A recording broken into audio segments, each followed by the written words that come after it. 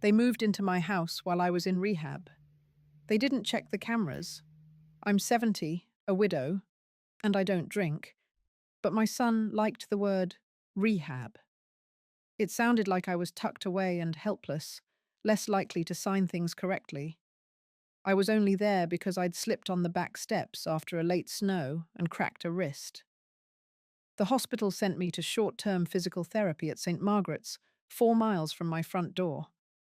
They were kind. They served dreadful oatmeal. And on the second evening, when I couldn't sleep for the ache in my hand, I reached for the phone I'd tucked beneath my pillow and opened the camera app labeled Weather. I called it that, so the grandkids wouldn't poke around. 6 small dots lit up. Front doorbell, kitchen, office, garage, hallway, backyard.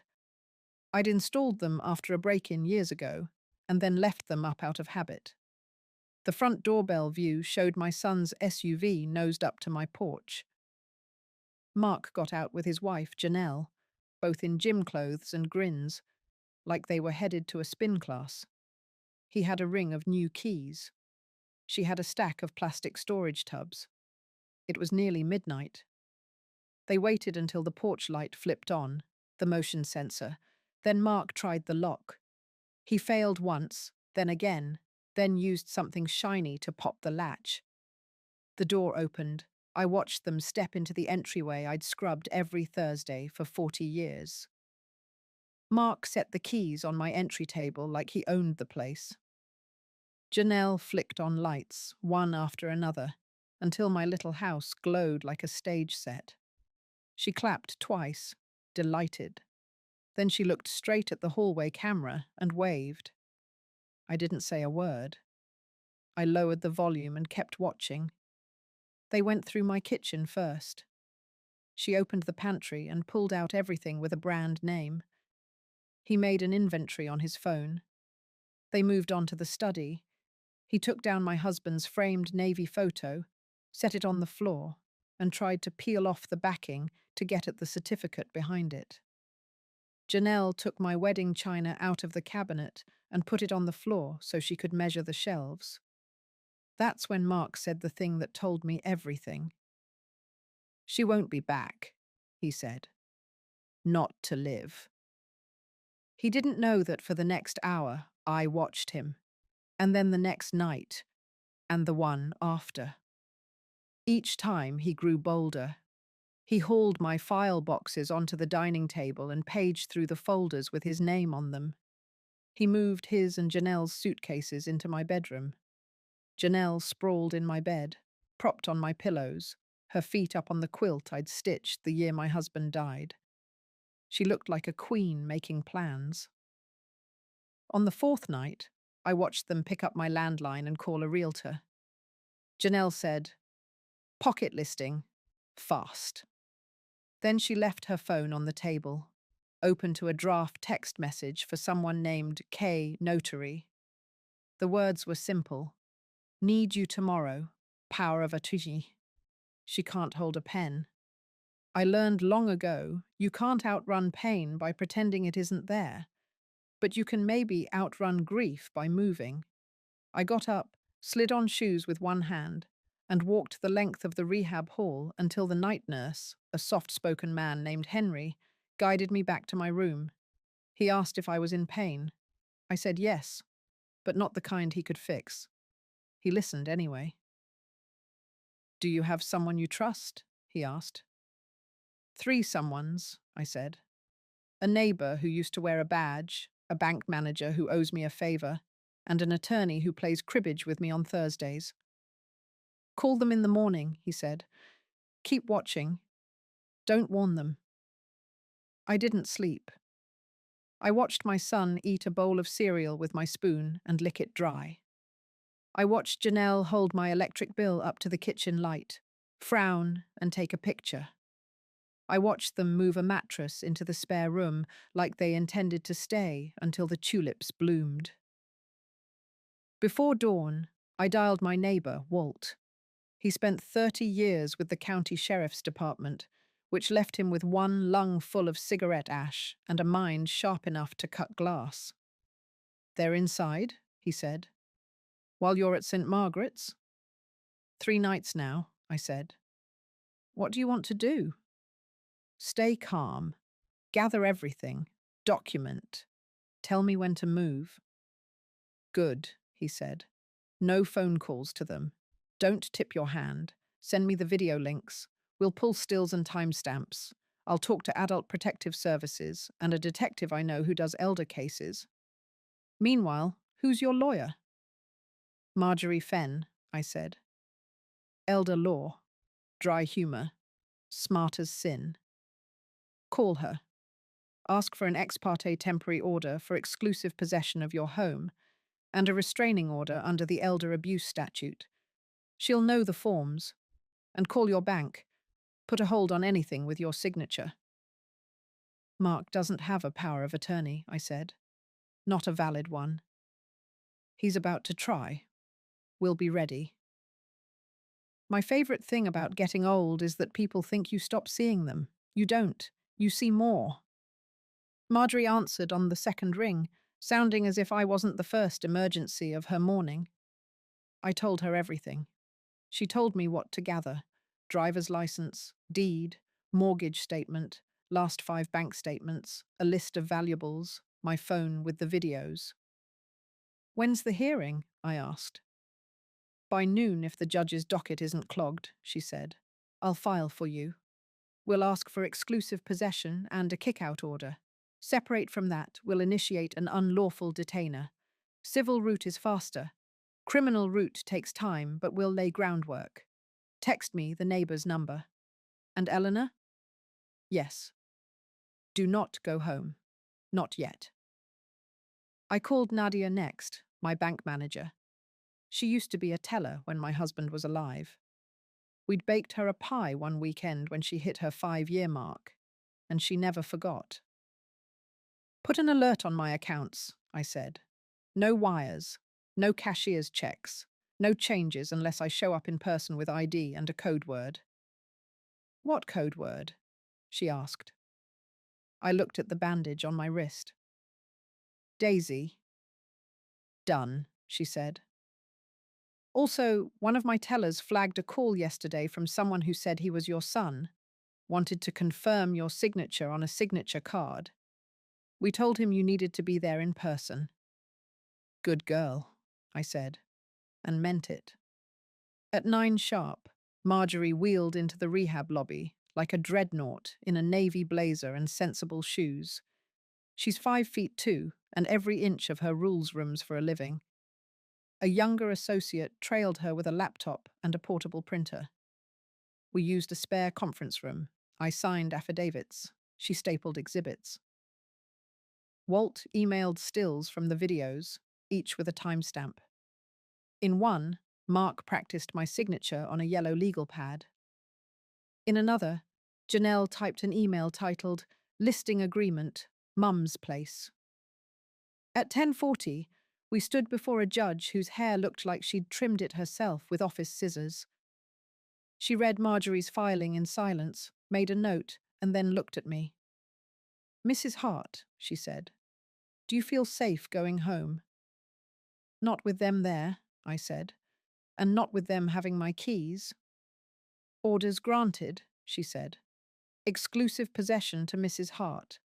Temporary restraining order against Mark Hart and Janelle Hart. Sheriff to stand by while locks are changed. Return hearing in 14 days. I want a progress update and a listing of any missing items. We walked out with papers that carried my name and the weight of the state seal. Marjorie's associate high-fived no one in particular. Walt texted that he'd meet us at my house in an hour with a locksmith he trusted. I rode in the front passenger seat with my plastered wrist tucked into my jacket pocket and a heartbeat that felt like a small drum. We drove up Maple Street slow.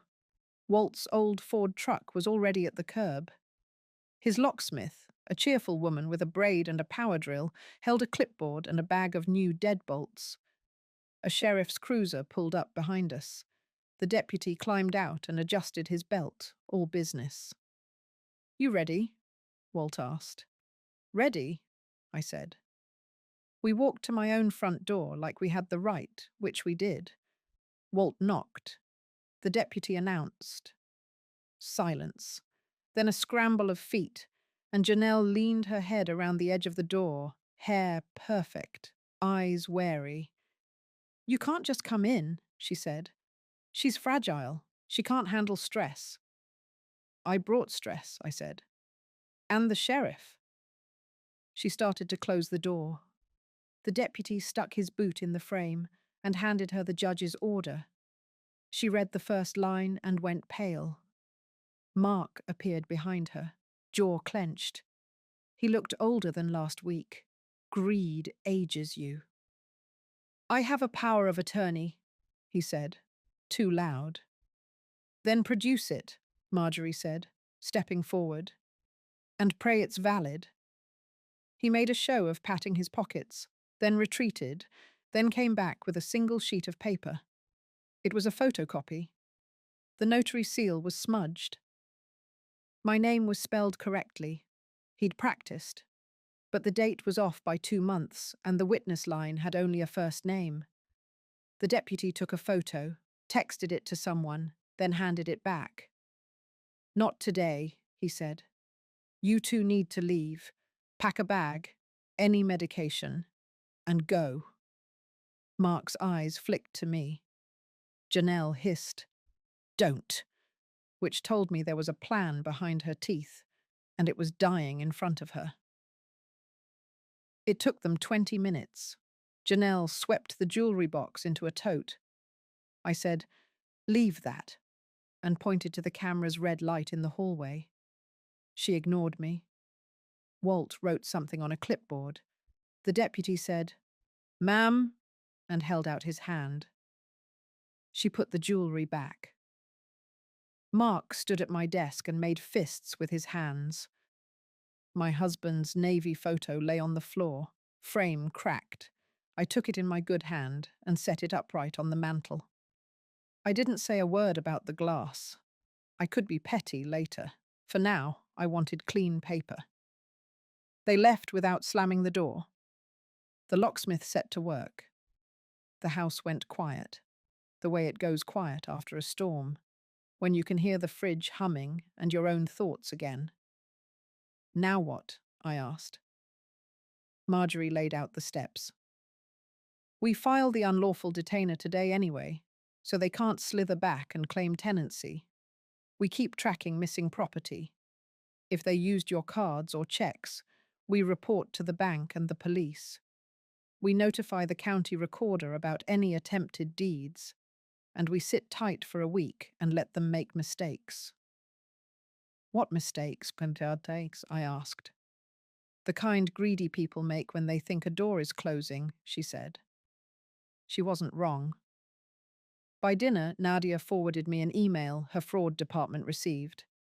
A request to change my mailing address to Mark's condo and to add him as a joint account holder, per POA. They attached a PDF of the same flimsy document we'd seen.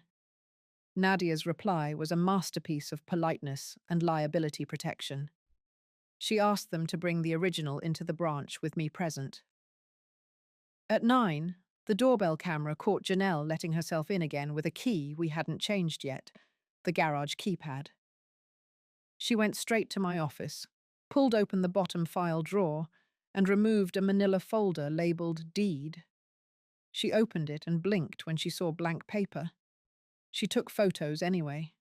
Then she went to the mantel and lifted a fake plant. She found the small fireproof key box and shook it. Empty. She looked up, finally noticing the tiny black lens at the top corner of the bookcase. She whispered something I won't repeat, then fled. "Looking for the deed?" Walt asked when I showed him the clip. "She'll keep looking." "She can look until her hair turns white," he said. "Your deed's not in this house." He was right, though not because I'd been clever. 5 years after my husband's heart attack, Marjorie had suggested I place the house in a living trust with me as trustee and a successor named. In case I lost capacity. We'd recorded a new deed from me to the trust. The original documents were in Marjorie's office, with copies in her safe, and a third copy in a safe deposit box under a different surname.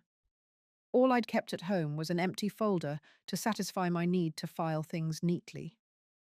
On day 3, the midpoint of everything, the twist came, not from Mark or Janelle, but from someone I'd half forgotten existed. The mobile notary, the one in Janelle's draft. Her name was Kendra. She called Marjorie's office and asked for me directly. When I picked up, she said, "Mrs. Hart, I think I was used." She told me she'd met Mark and Janelle in a coffee shop 2 days earlier. They said I couldn't leave rehab and needed a durable power of attorney signed at bedside. They had a document downloaded from the internet. They had a woman with them wearing scrubs who said she was my nurse. Kendra wanted to see me. They said I was asleep and in pain, and could we just witness now and bring it to me for signature later? Kendra refused. Janelle rolled her eyes.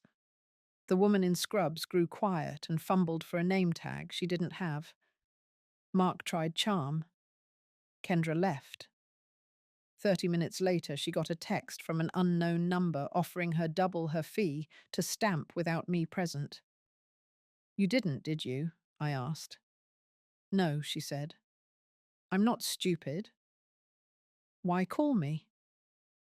"Because my little brother got scammed last year, and because I Googled your name and your husband's obituary photo made me think of my father. I don't know what that means, but I can send you the texts." She did. The number was new and anonymized, but the phone had geotagging on in the photos Janelle had sent for ID.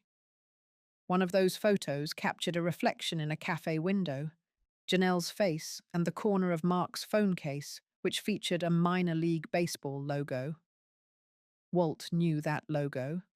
He also knew a detective who could subpoena subscriber information in a hurry, and a prosecutor who liked tidy packages with timestamps. "Let's stage it," Walt said that afternoon. "They're pushing for speed. Give them speed. With guardrails." "How?" "By giving them a door to walk through marked opportunity, while making sure the floor on the other side is police tile." We made a plan. It was simple and mean in the way good plans sometimes are. Nadia would email Mark that, per their request, an interim solution was available. A cashier's check could be prepared for Monday if Mrs. Hart endorsed at branch. Mark would think he'd won. He'd bring a woman, Janelle or a stand-in in scrubs, to pretend to be me. Kendra would be at the bank too, to complete the notarization. The fraud unit would be there with a detective. All I had to do was wait. Waiting is not what I'm good at. I bake when I'm anxious. I made 2 loaves of bread with one good hand, which meant the dough stuck to the cast and the kitchen looked like a winter scene.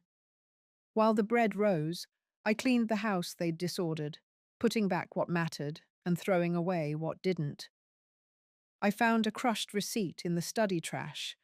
Home improvement warehouse, 3 deadbolts. I smiled. The garage keypad would be changed the next morning. On Monday, I put on a navy sweater, my husband's old watch, and a pair of walking shoes. I didn't go to the bank. Nadia had asked me not to. If I showed up, Mark might play contrite and tell me I was confused, and the scene would turn into a family drama. She wanted something else. She wanted certainty the way I wanted a clean counter. So I stayed home with Walt, who made coffee too strong and stirred in sugar like a sinner. At 11:20, Nadia texted, "They're here." At 11:22, "She's wearing scrubs." At 11:23, "Detective moving in now." At 11:30, my doorbell camera pinged. Mark stood on my porch. No Janelle. He had a red face and no smile. Walt stepped behind me without making a sound. I opened the door. "You set me up," Mark said. At the bank. No, I said. You set yourself up. You don't understand. He spread his hands, palms out, like a referee. We're underwater. The condo's upside down. Janelle's business. The cosmetics one or the coaching one? I asked. He flushed. It's not like that. We were going to stabilize things and then put the title to your house back the way it was. You have more than you need. There are sentences that tell you exactly who raised a person. I heard the echo of myself in his voice, the part of me that gave and gave until my feet hurt. But I also heard the measure of a man who learned to call theft stabilizing. Come in, I said. Just you? Walt lifted an eyebrow. I shook my head. He retreated to the kitchen and stood in a place where he could see and be unseen. Mark stepped inside like he'd forgotten he was no longer welcome. I led him to the living room, where the TV already showed a paused image of Janelle in my office at 9:02 p.m., lifting the key box and shaking it. The hallway camera's red light glowed like a star. Sit, I said. He sat. I hit play. We watched silence together. Janelle rummaging, Mark practicing my signature, both of them dragging my filing boxes to the table. Another clip. Janelle on the phone, saying words any judge would understand, like power of attorney and listing agreement, and she's out of it. Another, Mark holding my driver's license up to the security camera and laughing. Mark didn't talk for a full minute. Then he stood, paced 3 steps, and said, "Delete it. I'm not deleting history so you can write a new one. This is family, Vitiphone," he said. That's exactly what it is, I said. And you broke it.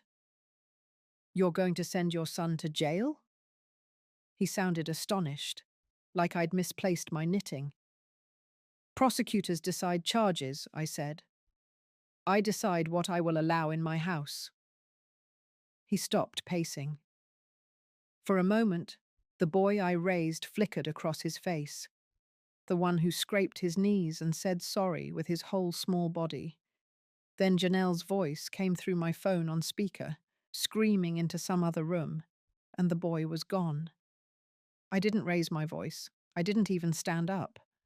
I told him 3 things calmly, and I made sure he heard each.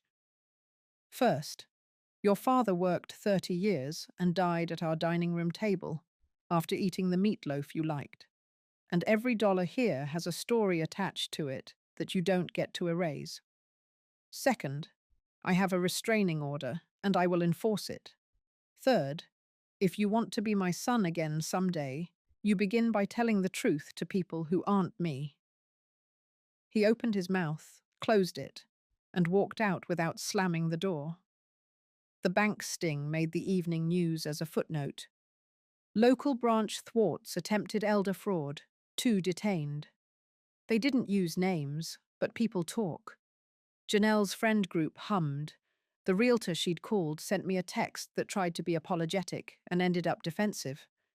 The detective put together the case file with the bank footage, the notary's statement, my security clips, and the texts to Kendra. The district attorney's office moved faster than I expected. That week, Mark and Janelle were charged with identity theft, attempted fraud, and a count of attempted filing of a false instrument. Not the worst thing in the world. Not nothing. The return hearing came up 14 days later. Mark arrived with a public defender and a blue suit he'd bought on a credit card. Janelle didn't come. The judge asked me if I still wanted the order. I said yes. Mark asked to speak. The judge said no. That small no was the kindest thing he could have heard. Then it was just the work of building again. The locksmith finished with new locks and a new keypad. Walt helped me install additional cameras in the attic and the backyard, not because I wanted to live in a fortress, but because I wanted to sleep. Marjorie filed a civil suit for conversion. Lawyer talk for you tried to take what wasn't yours. Nadia set up account alerts that pinged if a single penny moved. The first time I got one, it was because I bought eggs. I made a list of everything missing. A necklace my husband gave me 30 years ago, a set of silver spoons, a stack of treasury bonds that turned out to be safe at the bank and not in the house at all. The list of broken things was longer. The frame around the navy photo, a dent in the dining table, a crack in the lid of the ceramic sugar jar shaped like a chicken. I fixed what I could. I threw away what was done for. I set the chicken on the counter anyway, cracked and still smiling. 3 weeks later, the detective called with a question that felt like opportunity in a cleaner form. "Do you want to be present when we serve the search warrant on their condo?" he asked. "No," I said. "I want to see afterward. I'm done watching people I love being led out of doorways." He respected that. The next day, they returned a tote bag with my necklace in it and most of the spoons. The video clips, my careful timestamping, and Kendra's testimony about the almost notarization had done their work. Janelle took a deal, plead to a felony, probation, restitution, stay away from me. Mark's case turned into community service, financial counseling, and a program the judge called restorative, which made my skin crawl. There would be meetings. There would be feelings. There would not be Janelle for at least a year, according to her terms. When the call came to schedule the restorative part, I said I'd come on one condition: that there be no cameras, no social workers with clipboards, no speeches about cycles, just a room with a table and a box of tissues. The coordinator surprised me. He said, "Done." I wore the navy sweater again. In the room, Mark looked like my son for the first time in 6 months. Tired, shaved badly, open. He cried in the way men sometimes do when they think no one is going to get up and walk away. I didn't touch him. I didn't reach. But I stayed in the chair until he could speak. "Janelle wanted the house," he said finally. "I wanted you to love me again." I wanted to say a dozen cutting things. I wanted to say that people who want love don't inventory pantry items with their phones. Instead, I surprised myself. "I have loved you every day since you were born," I said. "That's not the question. The question is who you are when you want something. Because the man I raised keeps his hands in his pockets when he thinks about taking." We sat with that. He nodded like a boy again. We made a list of practical things instead of promises. He'd get a job and keep it for 90 days before we'd talk again. He'd not set foot on my property until the restraining order expired, and I invited him. He'd send a letter to the judge asking for more community service hours, because sometimes doing more than you're asked is the only way to teach your spine to stand up straight. At home, I made a new plan that had nothing to do with him. I called Marjorie and asked about an irrevocable trust that would take the house out of my name entirely, with me guaranteed the right to live here, and someone not related to me as a co-trustee. She suggested Walt, if he'd agree, or the bank. I picked Walt. He brought me peonies from his yard and said, "I thought you'd never ask." The day we signed the papers at Marjorie's office, the air smelled like rain and copier toner. I placed my left hand on the stack of documents and signed with my right, neat, slow, legible. Afterward, Walt and I walked down to the diner for pie. On the way, we passed the courthouse. A young woman in scrubs hurried inside, a coffee in her hand, her name tag turned backward. For a second, I saw the fake nurse Janelle tried to conjure, and then I saw the real one in my rehab room who had tucked my phone under my pillow, because he recognized that the right tool in an old woman's hand can be the difference between being diminished and being feared a little. I became feared a little. It wasn't the cameras alone. It was the way I used them, not as a blunt instrument to beat my family with, but as a ledger. This happened, then this, then this. Watches and rings weren't the only things stolen that week. The idea of who I was had been lifted from me for a while, replaced with that helpless word, rehab. I took it back. Spring came like a held breath released. I planted daffodils along the fence by the alley. I taught myself to change the motion sensor settings on the backyard floodlight because I didn't want rabbits to scramble me out of sleep. I hired a high school boy to mow the lawn, and when he showed up, he brought his sister, who wanted to learn. I paid them both. Inside, I turned the dining table so the crack the movers had made sat under a runner where it didn't catch the light and make me angry every time I passed it. There was one more thing to do, and I saved it for a Sunday. I called my granddaughter, Savannah. She's 17 and soft, where the world hasn't had time to harden her yet. She thought this was about baking. I let her think it, and we made a cake with too much vanilla and no apologies. When we sat down, I told her the short version, what her father had done, what I'd done in return, what the law did, what it didn't. I didn't want her to hear it from someone else. I didn't want her to learn that adults make messes by eavesdropping on whispers in hallways. She listened with hands clasped around a mug like a woman twice her age. When I finished, she said very quietly, "Does loving go away when people do that?" "No," I said. "Loving stays. Trust takes longer to come back."